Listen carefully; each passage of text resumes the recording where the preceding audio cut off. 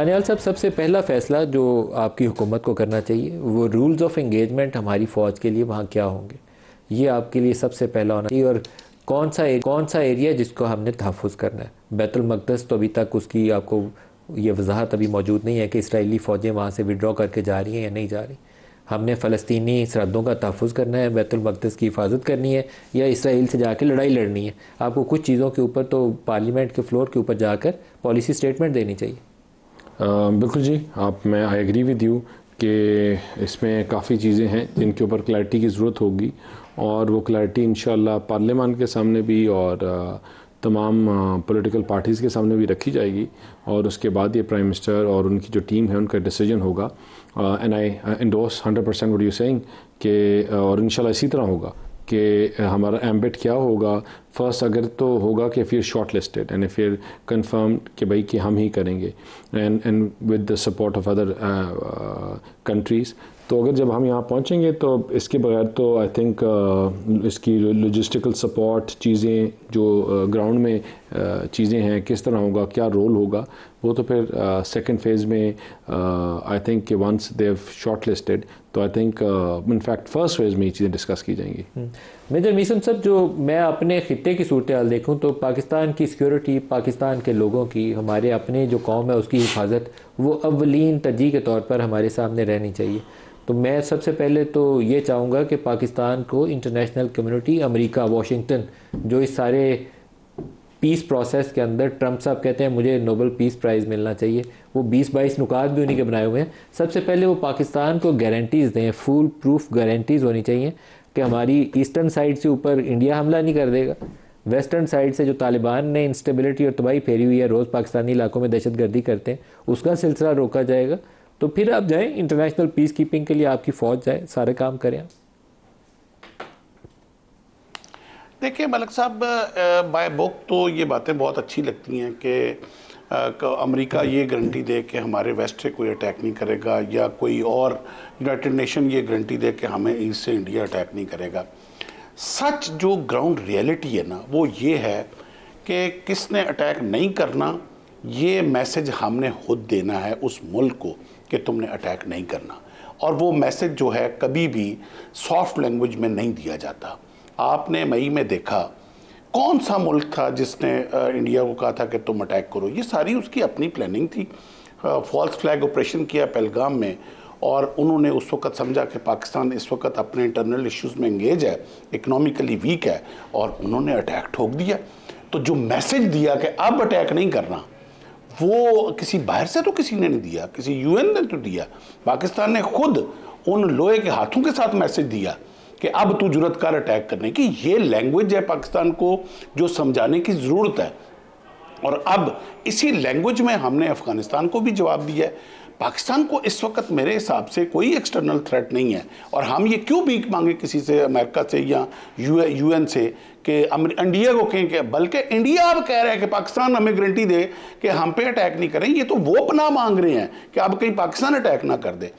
हाँ, जहाँ तक मलिक साहब रह गया पाकिस्तान का रोल एक जो है मेजर साहब, लेकिन जब मई के अंदर पाकिस्तान इंडिया की जंग हो रही थी, अल्लाह ताला ने पाकिस्तान की बहुत उसमें इज़्ज़त में इजाफा किया और हमें बेमिसाल कामयाबी दी। अमरीकी सदर रोज़ कहता है कि पाकिस्तान ने 7 जहाज़ इंडिया के मार गिराए, लेकिन इसराइल इंडिया की मदद के लिए आके आपके कश्मीर मकबूजा वादी के अंदर भी बैठा हुआ था, और जगहों पे भी उनके वो ड्रोन इंडियन आर्मी ऑपरेट कर रही थी, इसराइली एडवाइज़र्स आके वहाँ बैठे हुए थे। तो आप किसी रीजन में जाके इंगेजमेंट कर रहे हैं तो आपके सामने सारे फैक्टर्स तो रहने चाहिए। बिल्कुल रहने चाहिए। इसराइल को हम कभी भी अलहदा, इंडिया से अलहदा किसी एनक से साथ नहीं देखते मलिक साहब। हमारे लिए जिस दिन बेन गुरियन में 1967 में floor of the house parliament में इजरायली प्राइम मिनिस्टर ने खड़े होकर कह दिया था कि पाकिस्तान किसी सूरत में भी हमें कबूल नहीं है और इसको ख़त्म करना है, और इसको ख़त्म करने के लिए बेस्ट पेंसुएला जो हम यूज़ कर सकते हैं वो भारत का पेंसुएला है, क्योंकि हिंदू और मुस्लिम आपस में कभी एक नहीं हो सकते। जिस दिन ये स्टेटमेंट बेन गुरियन ने, इजरायली प्राइम मिनिस्टर ने दे दी थी, मेरा ख्याल है पाकिस्तान की फॉरेन पॉलिसी रिगार्डिंग इसराइल इससे ज़्यादा क्लियर हम भी नहीं दे सकते थे जितनी उसने दे दी। दूसरा, मेरे कायद के जो फरमान है इसराइल के बारे में, वो कोई ढकी छुपी बात नहीं है। तो इसराइल की इन्वॉल्वमेंट होना इंडिया के अंदर, तो अगर थी भी तो मेरा ख्याल है कि हमने फिर वो एक पिंथ दो काज, एक चपेट में हमने दो मुंह लाल किए। तो ये मैसेज इजराइल के लिए भी था कि आइंदा आप इस रीजन में सोच के पाकिस्तान के साथ आना। अब रह गया मसला जो आप कहा कि इसको आप कनेक्ट कर रहे हैं कि क्या पाकिस्तान को इन हालात के होते हुए इंटरनेशनल एस्टेब्लिशमेंट में अपना रोल प्ले करना चाहिए पीस कीपिंग में कि नहीं, बिल्कुल करना चाहिए। आपको याद होगा 1948 में अभी पाकिस्तान को बने हुए एक पूरा साल भी नहीं हुआ था, तो जब UNTSO बना था, United Nation Truce Supervision Organisation जो बनी थी फ़लस्तीन और इजराइल के बीच में, पाकिस्तान उसका भी हिस्सा बना था।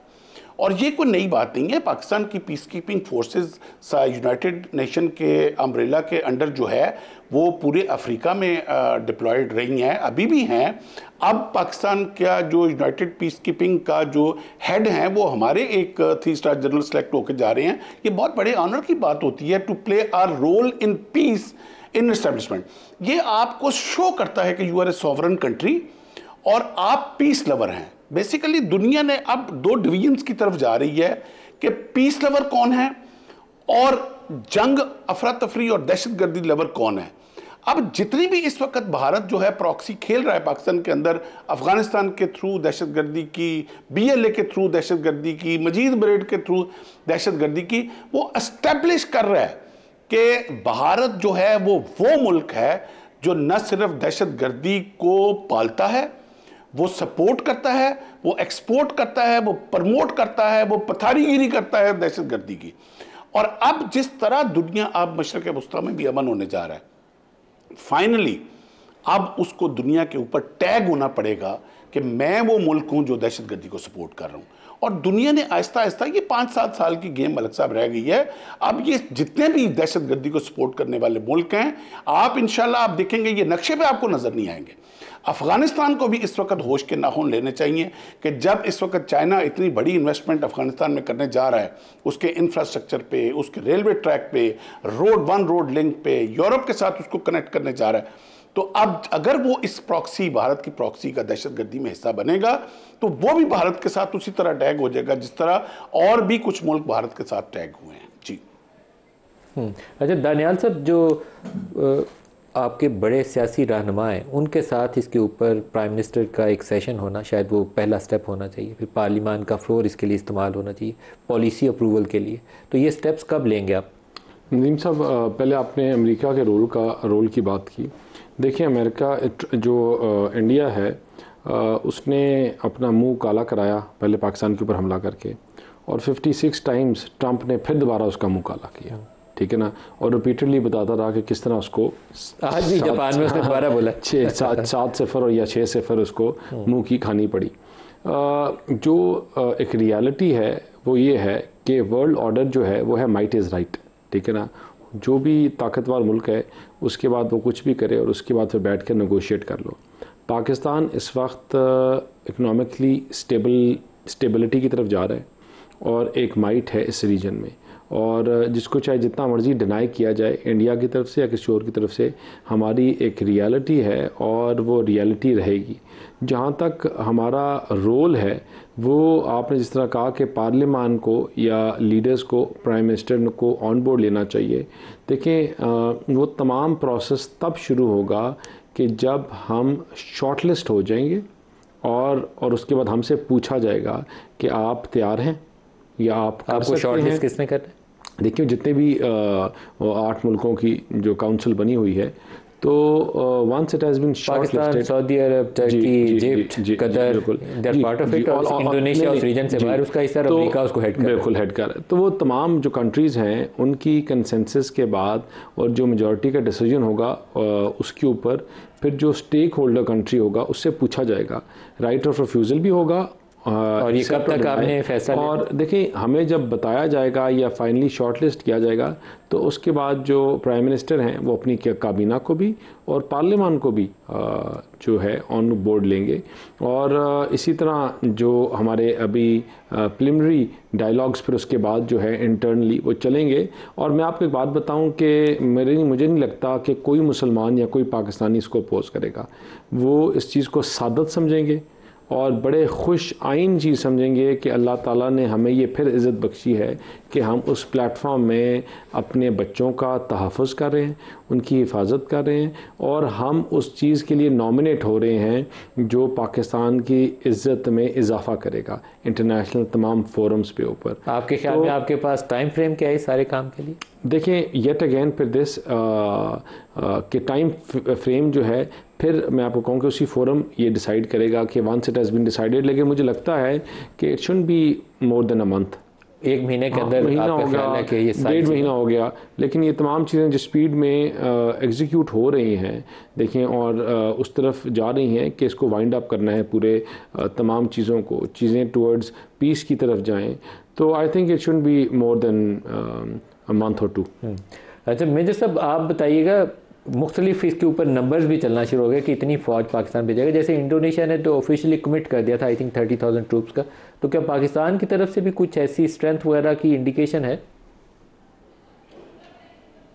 मैं मलक साहब ये समझता हूँ कि अभी बहुत बड़ा एक रोल, जिस तरह आपने देखा कि कल जो इजरायली फॉरेन मिनिस्टर हैं वो क्या जदून सार उनका नाम है, वो हंगरी में बुदापेस्ट में उन्होंने जो मीडिया टॉक देते हुए उन्होंने तुर्की को रिजेक्ट कर दिया कि तुर्की की फ़ोर्स जो है वो हम किसी सूरत बर्दाश्त नहीं करेंगे।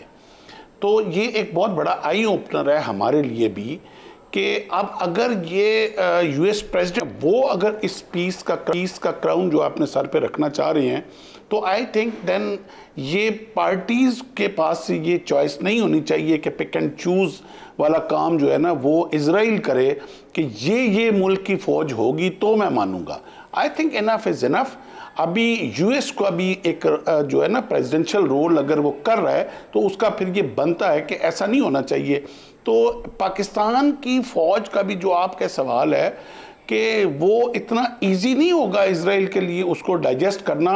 मैं तो कहता हूं कि वो अगर हमारा एक सोल्जर भी चला जाता है ना, वो एक सोल्जर भी चला जाता है तो ये भी उसको हजम नहीं होना चाहिए।